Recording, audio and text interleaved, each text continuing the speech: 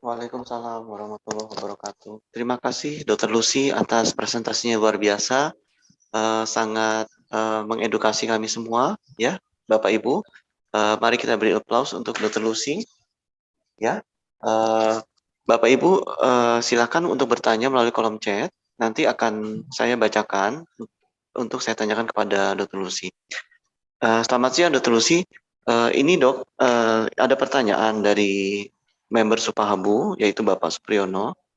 Yang pertama, beliau menanyakan di rumahnya itu ada pohon daun kelor, ya.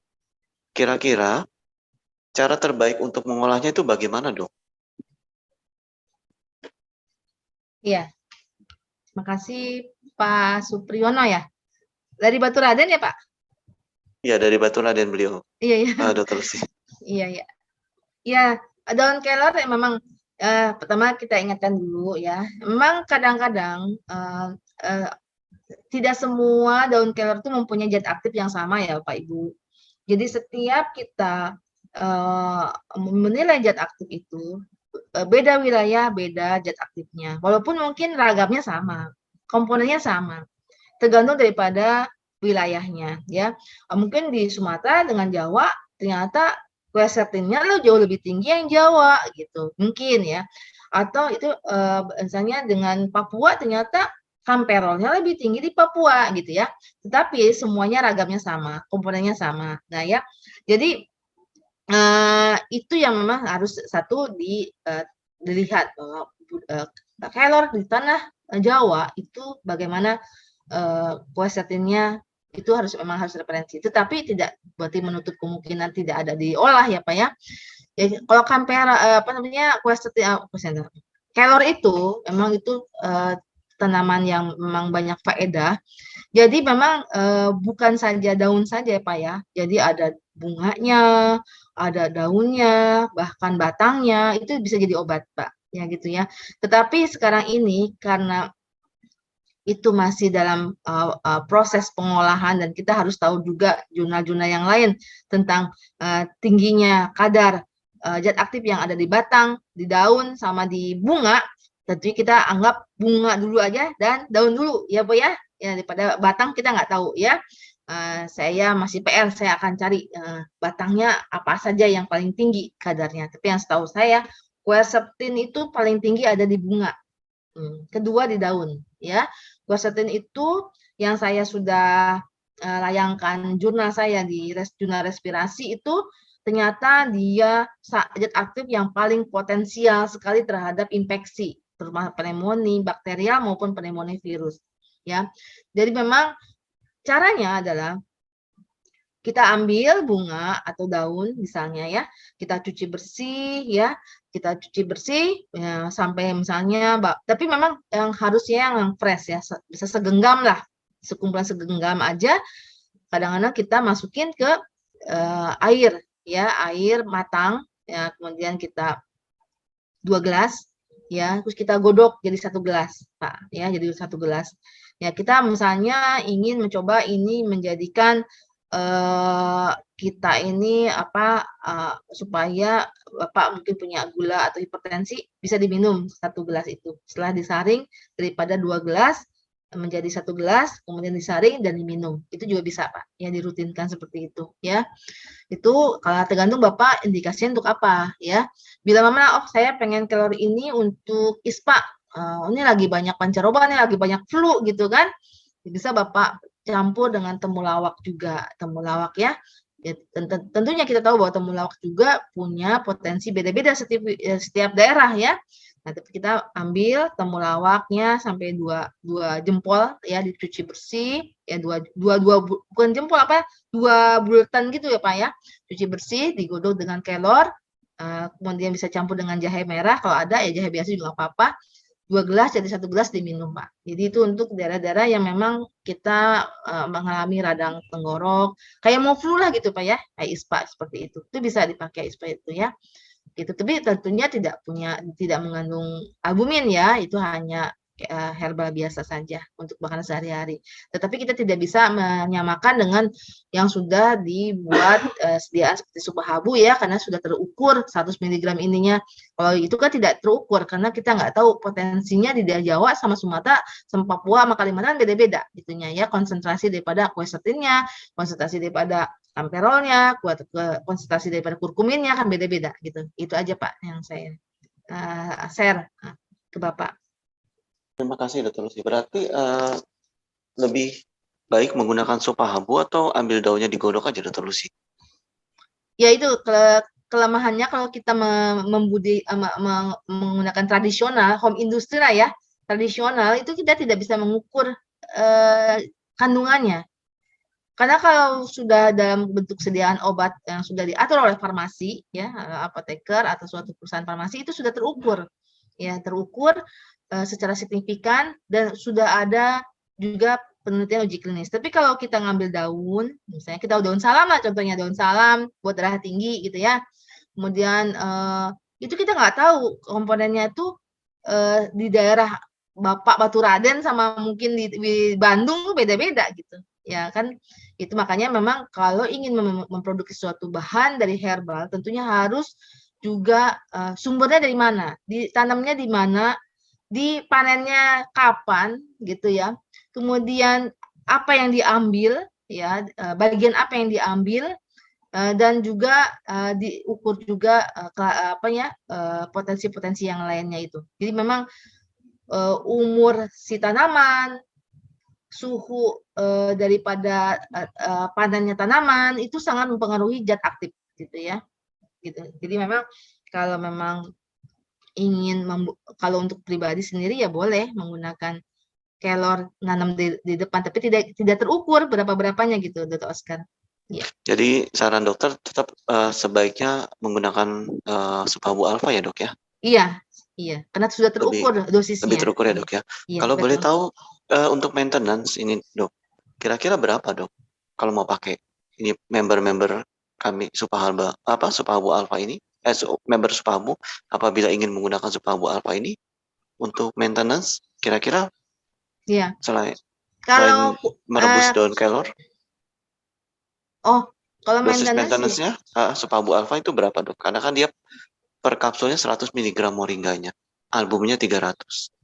Iya. Misalnya mau sehat aja ini dok ceritanya.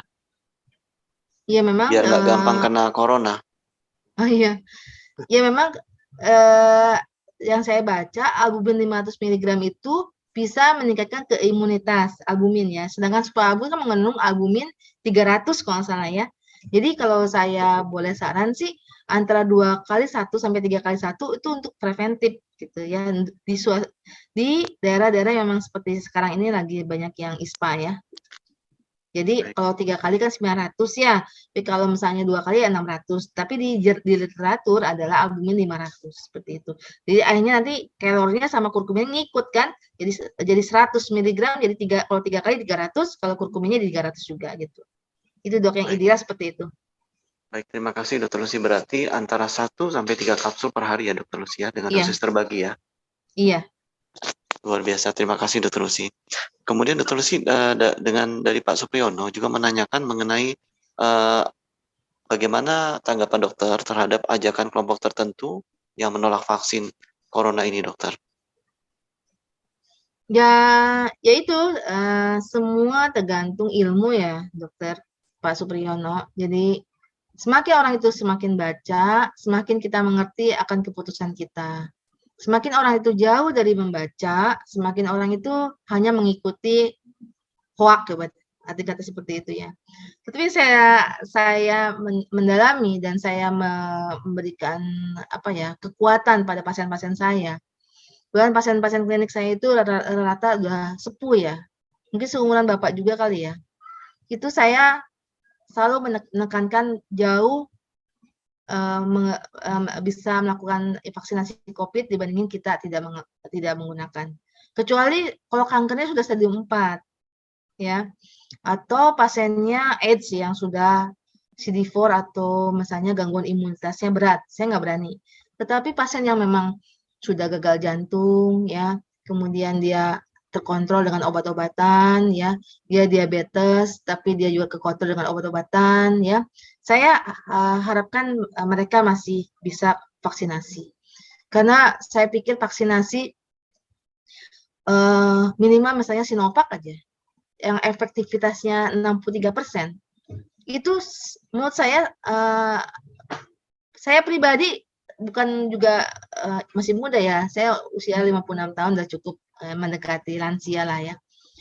Itu pun saya merasakan beda. Jadi waktu saya sebelum vaksinasi itu menghadapi pasien COVID itu walaupun terhalangi oleh kaca pemisah di meja kita itu masih ada rasa greges atau meriang gitu. Tapi setelah menggunakan vaksinasi COVID pesan itu ya pede aja periksa pasien juga. Dulu ibaratnya udah pakai face shield, udah pakai hazmat, periksa pasien, sarung tangan juga gitu ya. Kita periksa pasien, kita nggak tega lah masa pasien nggak diperiksa. Pasti pasien namanya ke dokter harus pengen dipegang lah ibaratnya ya. Itu ada rasa meriang ke kita tuh nggak enak badan, udahnya letih, lesu, lemah gitu. Tapi setelah divaksin, walaupun saya Sinovac, itu beda rasanya, ya. Beda rasanya dan saya lebih pede, udah pakai lepas sarung tangan ya, udah lepas face shield. Walaupun waktu itu Sinovac baru sekali ya waktu itu. Sinovac tuh di waktu virus Delta itu masih muncul saya baru sekali dan itu saya agak beda dan tidak terlalu bikin letih saya. Jadi saya percaya dengan kekuatan badan saya bahwa vaksin itu membantu dan saya sudah buktikan ada beberapa pasien yang saat itu udah gagal jantung ya. Ibu-ibu udah lansia 70 tahun pakai kursi roda setiap berobat ke saya dan berani karena Bu vaksin saja gitu. Alhamdulillah enggak sampai ada yang meninggal. Ya alhamdulillah jangan takabur, tapi alhamdulillah enggak ada yang meninggal insyaallah. Seperti itu. Jadi saya pikir vaksin itu walaupun banyak hoak, menurut saya membantu. Ya menurut saya membantu. Sangat membantu ya dokter ya. Sangat ya. membantu, iya. Terutama dari segi untuk mencegah kematian ya dokter ya. Iya, bukan berarti kita nggak kena COVID, tetapi mencegah kematiannya itu. Kalaupun kena Apabila COVID ringan, terinfeksi ya. ya. Iya, atau kena COVID minum Supahabu 3x1 aja ya nggak sakit, cukup dah. Tinggal isolasi saja gitu, 7 hari di rumah gitu ya.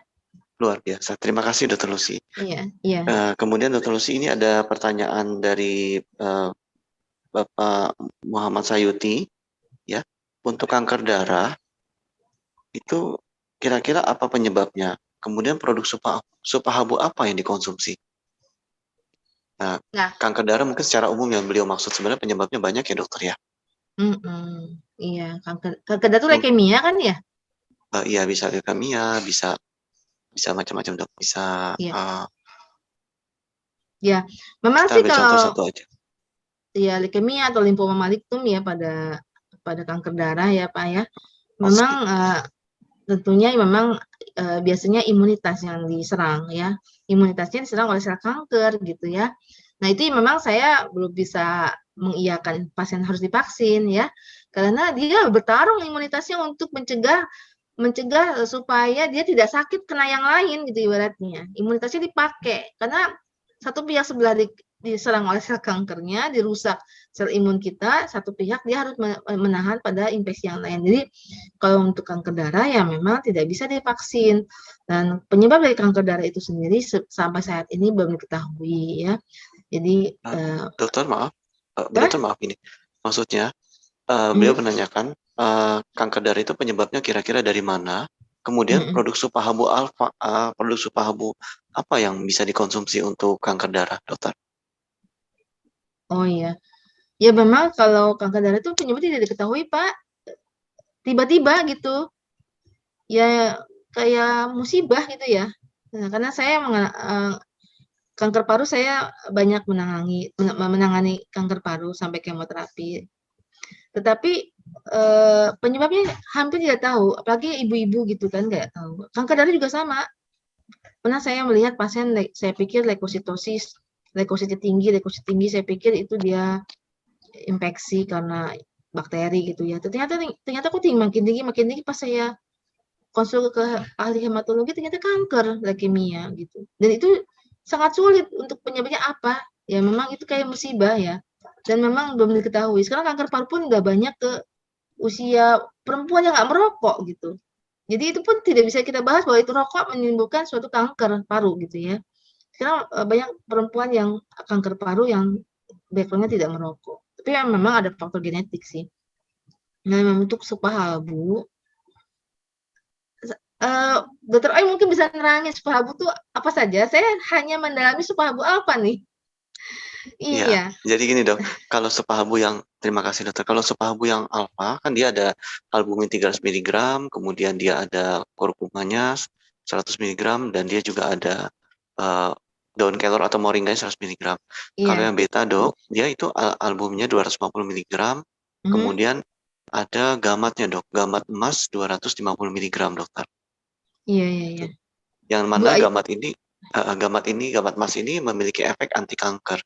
Kalau mhm. dari sisi sepahabu alfa, kira-kira Dok, kanker darah, menurut penelitian atau menurut referensi dari dokter, kira-kira nih Dok, bisa membantu kurang lebih berapa Dok dosisnya Dok? Untuk menggunakan yang alfa dulu nggak apa-apa. Iya. Kita karena dia Kalau ada saya moringganya kan ya dan kurkumanya iya, Dokter ya, iya betul. sebagai anti kankernya ya. Iya, betul. Jadi memang ada penelitian quercetin pada Moringa oleifera atau ya kelor itu dia sebagai anti kanker. Jadi memang dibandingkan itu anti interleukin 2 pada kanker dibandingkan dengan pemberian quercetin pada kelor itu ternyata lebih ampuh pada pemberian quercetin pada kelor.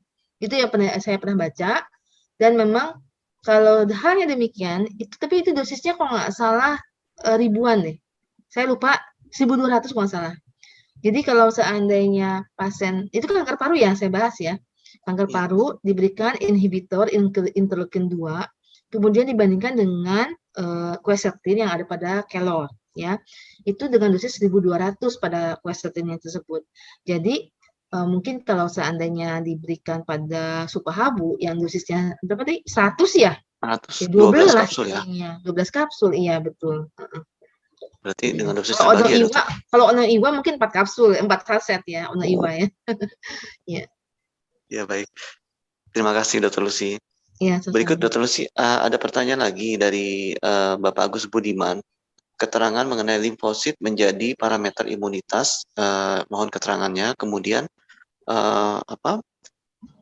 apakah supahabu bisa untuk memperbaiki SGOT di atas 60 gitu. Jadi peningkatan enzim hati yaitu SGOT kalau di atas 60 apakah bisa Dok dengan supahabu alfa mengingat dia ada kurkumanya?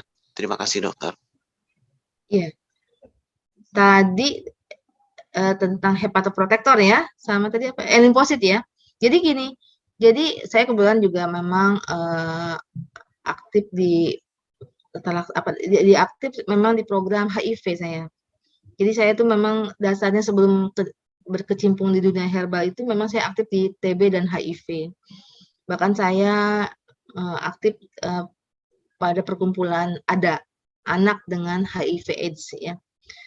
Jadi sampai sekarang ini saya masih ingin mengembangkan profesi saya, institusi saya, wadah saya ada itu, supaya anak-anak dengan HIV itu tidak menjadi cemas di kemudian hari ya. Jadi mereka seumur hidup makan obat ARV, membuat ARV, ya kemudian dari ibu atau orang tua yang single parent rata-rata ya.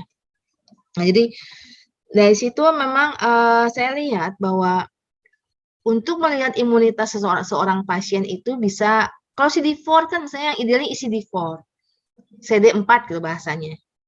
Itu yang ideal untuk melihat imunitas kita itu ya. Normalnya itu sekitar 1.200 lah. Tapi CD4 itu mahal sekali, ya kan? Mahal. Masa semua pasien ingin tahu daya tahan tubuhnya berapa nih? Ternyata dia 400, entah ternyata dia 50, entah dia 7, bisa aja. Tapi CD4 itu mahal. Tapi yang bagus adalah yang ya cukuplah buat kita adalah limfosit yang ada di darah lengkap atau hitung jenis lah bahasanya ya. Jadi kalau ibu bapak mau cekin hitung jenis tuh ada neutrofil, eosinofil, basofil, limfosit. Itu salah satu parameter yang bisa sepadan dengan kita memberikan kita mengukur CD4 imunitas kita. Jadi jumlah leukosit kita yang misalnya maksimalnya 10.000 gitu ya. dikali persentase daripada nilai limfosit. Misalnya limfositnya normal 20 sampai 41. Ternyata Bapak tadi siapa namanya? Pak Pak itu Agus Budiman. Pak Budiman ternyata hanya 10% gitu limfositnya pas darah lengkap gitu ya. Kalian aja juga limfosit Bapak yang ada kalian aja leukosit Bapak yang ada di darah lengkap Bapak itu. Misalnya Bapak ternyata limfositnya 10%, normalnya 21 sampai 20 sampai 41. Leukositnya Bapak misalnya 10.000 lah gitu ya. Nah, 10 kali 10.000 berarti 100.000 bagi 10 berapa? 10.000 kali 10% berarti 0,1 ya. 0,1. Berarti kan normal. Itu. Normal, Pak. Jadi maaf ya. Jadi perkalian itu normalnya adalah antara 1.100 sampai 1.200 itu normal hasilnya. Dikalikan saja. Jadi kalau usah dikalikan juga nggak apa-apa. Cukup lihat limfosit di bawah 21 sampai 40% itu tandanya udah kita daya tahan tubuhnya rendah. Berarti daya tahan tubuh rendah itu apa sih yang menyebabkan kita daya tahan tubuh rendah? Tentunya ada sakit apa sih? Mungkin kita ada TBC misalnya yang pelan-pelan, atau mungkin kita ada daya tahan tubuh, mungkin kita udah nggak suka makan, makannya kurang gitu ya. Kalau kita bahasa medisnya imunosupresi, udah ada penurunan dari sistem imun dari limfosit yang rendah itu ya. Tentunya limfosit rendah pada orang yang memang sakit yang sudah lama itu biasanya cukup kita cari penyebabnya apa. Apakah memang kita ada infeksi di paru ya kita ronsen parunya, mungkin belum ada gejala sesak napas, belum ada gejala batuk darah, kita ronsen paru-parunya. Mencari lah, kita harus cari kenapa limfosit kita rendah. Normalnya 20 sampai 41% gitu ya. Tadi hepatoprotektor ya. Hepatoprotektor itu bisa untuk memperbaikan nilai SGOT ya, bila di atas 6. Bisa Pak. Ya, jadi karena dia ada kurkuminnya, dia ada kelornya. Dua-duanya bersifat hepatoprotektor gitu ya. Jadi memang kalaupun dia SGOT 60 kan nggak terlalu berat lah ya. Yang berat itu kalau sudah 5 kali atau di atas 5 kali ke atas ya, SGT SPT ya. Jadi 60 udah cukup dengan dosis yang 2 kali 1 aja sudah membaik lah ya dengan SGOT sekian, atau 3 kali, 2-3 kali. Dengan dosis preventif udah bagus untuk SGOT 60 ya. Seperti itu. Bisa, Pak. Kira-kira berapa lama Dok minumnya? 1 minggu kah? Atau 1 bulan? Ya memang sih kalau saya karena ini herbal juga ada potensi perbaikan pada sel hati juga, nggak cukup cuma sehari 2 hari ya, 14 hari kita ulang lagi SGOT SPT-nya, fungsi hatinya SGOT-nya. 14 hari cukup 2 minggu ya. Minimal 14 hari ya dokter ya? Iya, iya. Terima kasih Dokter Lucy. Dokter Lucy, berikut ada pertanyaan dari Bapak Eko Wibowo. Apabila kena COVID, berapa dosis Supahabu yang bisa diberikan dokter? Supahabu alfa tentunya. Kemudian cara konsumsinya itu bagaimana dok? Apa ya? Cara konsumsinya. Pertama dosisnya ya pada penderita COVID yang sudah dokter terapi di rumah sakit atau di rumah penderita COVID itu berapa dosis Supahabu yang dokter berikan? Kemudian cara pemberiannya bagaimana dok? Iya. Kalau uji klinik saya kan pengobatannya pasien yang sedang dan berat ya, yang CT score-nya sudah 3, di mana area yang kena parunya itu sekitar 25 sampai 50% ya. Tetapi kalau misalnya pasiennya memang ringan, yang CT score-nya masih 0, cuma gejala ISPA saja ya, seperti gejala flu, atau 1 yang cuma di bawah 5%, itu ya untuk pneumonia yang sudah berat saja kita memberikan dosis daripada albuminnya 3 kali 500, dosis pada kelornya 3 kali 250, dosis daripada temulawaknya 3 kali 250 selama 7 hari. Gitu ya. Tetapi kalau memang benar sudah PCR terkonfirmasi dan kita melihat ronsennya sudah ada gambaran infiltrat, gambaran pneumonia yang dikatakan oleh dokter radiologi, baiknya menggunakan dosis kuratif, dosis pengobatan, yaitu albumin, kelor dan temulawaknya selama 7 hari dengan dosis 5.000. Jadi kalau kita konversikan ke Supahabu, jadi berapa tuh ya? Kalau 300 albumin dikali 10, 3.000, ya kan? Kalau misalnya kelornya beda 100, 250 kali 3, 7,5, jadi 7 atau 8, ya. Ya kalau saya sih karena memang ini pasiennya masih mau makan dan ringan, misalnya isolasi mandiri karena PCR-nya positif dengan gejala ringan tidak sampai sesak napas, kita mengacu pada kelor dan temulawak, yaitu antara 8 kapsul sehari gitu. Kalau yang berat, sedang sampai berat. Kalau sedang sampai berat ya memang harus 10, Pak. 3 kali 10 yang saya, karena Pak waktu itu pernah ada pasien yang ternyata dia bukan COVID ya, tapi dia cairan pleura ya. Jadi cairan pleura dan tidak mau makan obat tidak mau makan obat kimia atau obat dokter ya. Kita menggunakan 3 kali 10 Supahabu alfa. Itu cukup efektif untuk mengurangi cairan. Kering ya dok ya berarti ya nanti ya cairan di parunya ya dok ya? Ya perlahan berkurang gitu karena cepet kan ya. Tapi lagi perjalanan penyakit lagi proses perbaikan lah. Ya. Dokter berarti yang 3 kali 10 kapsul per hari berarti sekali makan 10 kapsul ya kurang lebih ya? Iya, itu untuk infeksi paru yang berat dan berat sedang. ya? Iya. Yang Kira-kira CT berapa lama? score-nya, Berapa hari dokter?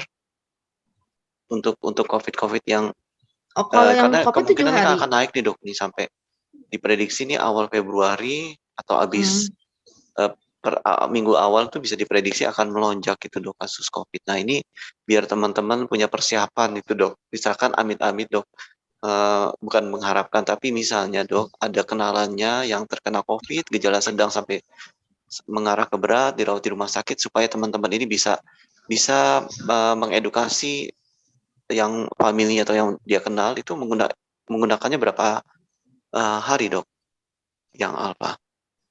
Ya karena kemarin penelitian saya menggunakan Ono Iwa ya.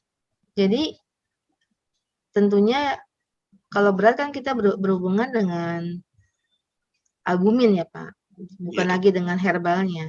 Tapi kalau kita lihat di fase awal masih skor 1 walaupun terkonfirmasi, kita berhubungan dengan herbalnya Pak. Jadi memang kita melihat berat itu adalah jangan sampai dia hipoalbumin. Nah, pasti vaskuler pembuluh darah sudah terganggu. Jadi saya menggunakan Supahabu alfa di fase yang sudah sedang dan berat, di mana infiltrat pneumonia sudah skornya sudah 3, sudah hampir 25-50% daripada radang parunya, itu menggunakan Supahabu 3 kali 10 selama 7 hari. Selama 7 hari dokter ya berarti ya? Iya. Semoga Pak Eko terjawab nih dokter pertanyaan dari Bapak Eko Wibowo. Penggunaan Supahabu alfa pada kondisi COVID yang sedang dan berat 1 hari 30 kapsul selama paling sedikit 1 minggu ya dokter ya? Iya. 7 hari ya dokter ya?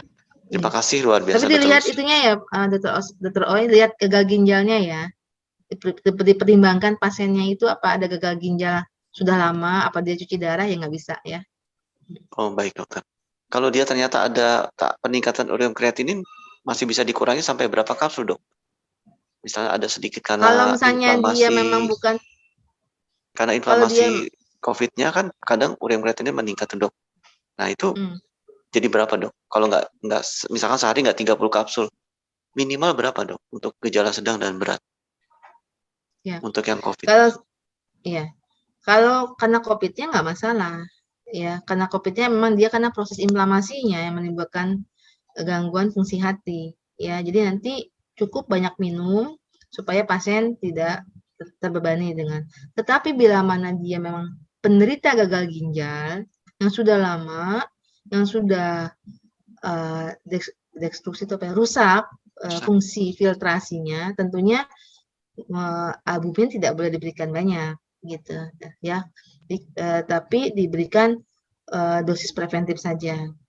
Tapi kalau pasiennya memang dia injurinya atau sakit COVID-nya karena si COVID, itu nggak apa-apa, nggak masalah. Yang penting banyak minum. Iya, 3 kali 10 sampai 7 hari. Karena pasien saya juga yang kemarin itu juga injurinya juga atau traumanya pada ginjal juga. Karena Baik, COVID dokter. maksudnya. Terima kasih, Dokter Lucy. Iya. Dokter Lucy, ini ada pertanyaan lagi, dokter, dari Pak Agus Ralibi. Assalamualaikum, Dokter Lucy. Apa benar Salam. diabetes itu bukan penyakit? Kemudian, apakah sebenarnya karena pankreasnya rusak hingga tidak menghasilkan insulin dari tubuh? Kemudian, apa saja yang efektif produk sopahabunya? Gitu, dok. Terima kasih, dokter. Iya. Jadi kalau seandainya pankreasnya memang divonis sudah rusak, tidak menghasilkan insulin, ya memang itu suatu penyakit yang sulit ya. Karena insulin itu adalah zat dalam tubuh kita yang digunakan untuk metabolisme gula gitu ya. Jadi memang tetap harus dicekin juga apakah dengan supahabu alfa. Memang supahabu alfa mempunyai potensi untuk diabetes ya, untuk diabetes. Tapi jangan salah, kerjanya adalah satu, mencegah penyerapan gula di usus ya, mencegah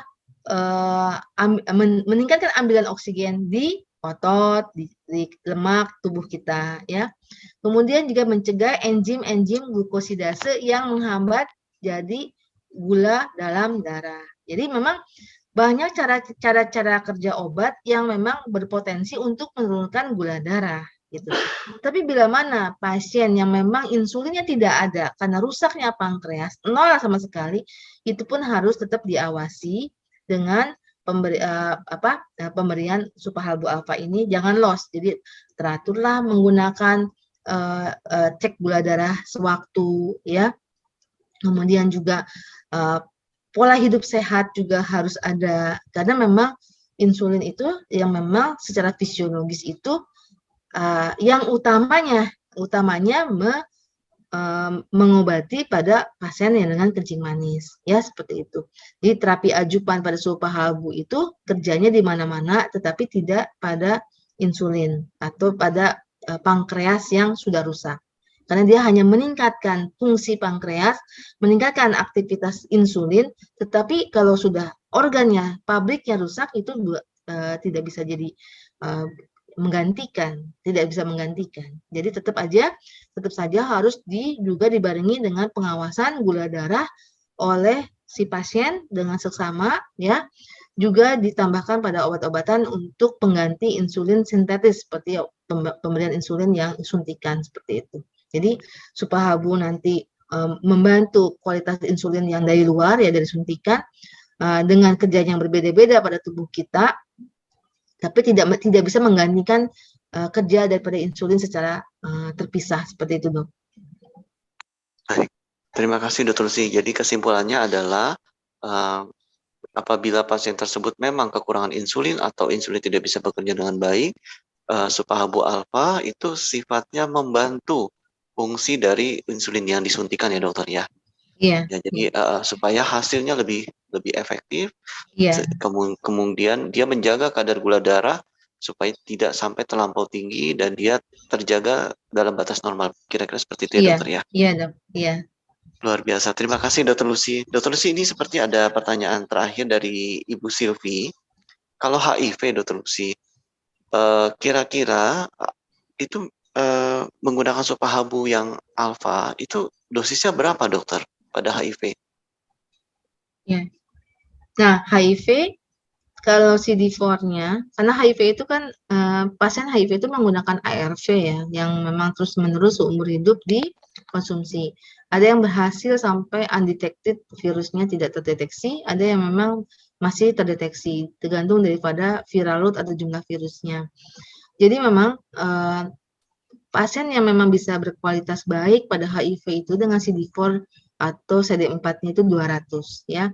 Sehingga dia tidak perlu lagi menggunakan obat anti jamur ya atau cotrimoxazole, sehingga dia cukup dengan obat antivirus HIV saja. Tentunya perlakuan pada pasien yang virusnya CD4-nya di atas 200 dengan CD4-nya di bawah 200 beda. Karena CD4 yang di bawah 200 itu rentan untuk infeksi.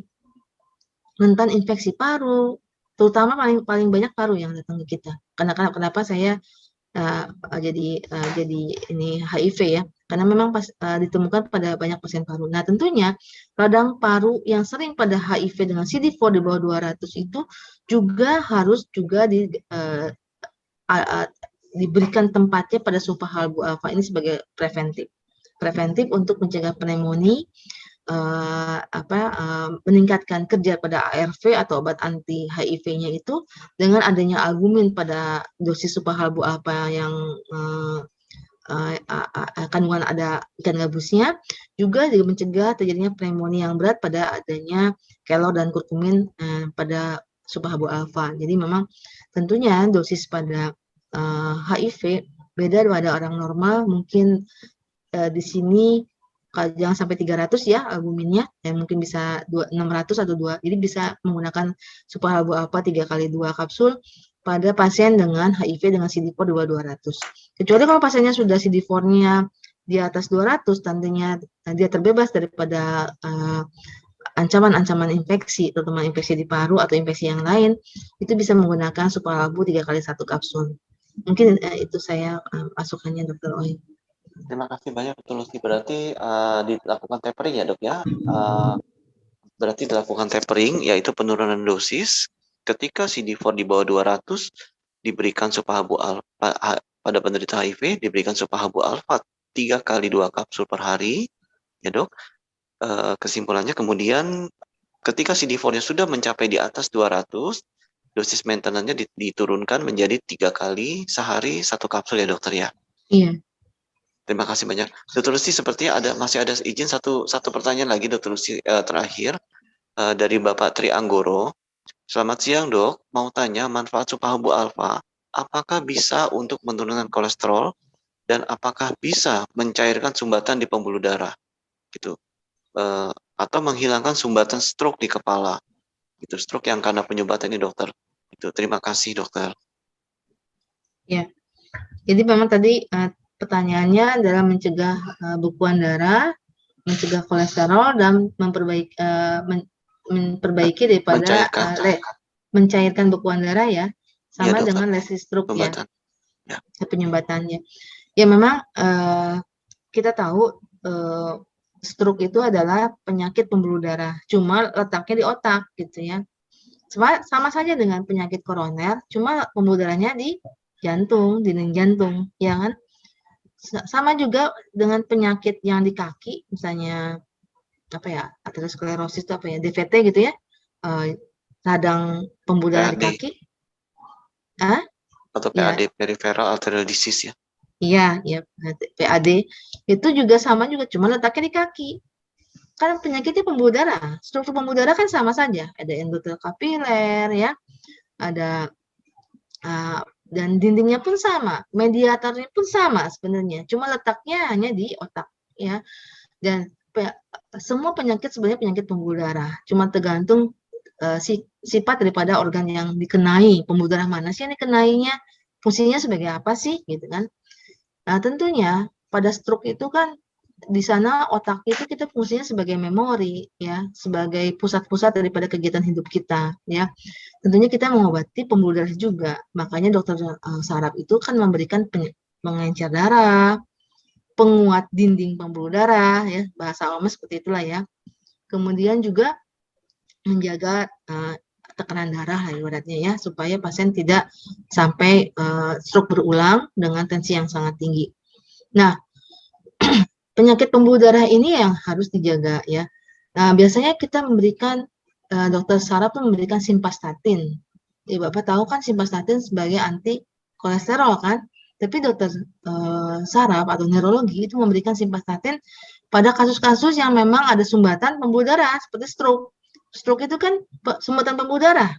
Kalau pecah dia stroke-nya pendarahan. Kalau yang tidak pecah stroke bukan pendarahan gitu ya. Kalau bahasa kita stroke hemoragik dan stroke non hemoragik seperti itu kan.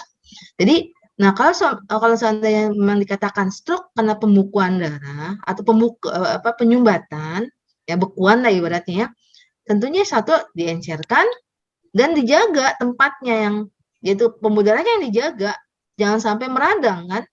Yaitu simvastatin itu sebagai anti radang supaya dia tetap bagus si sel permukaan bagian dalamnya.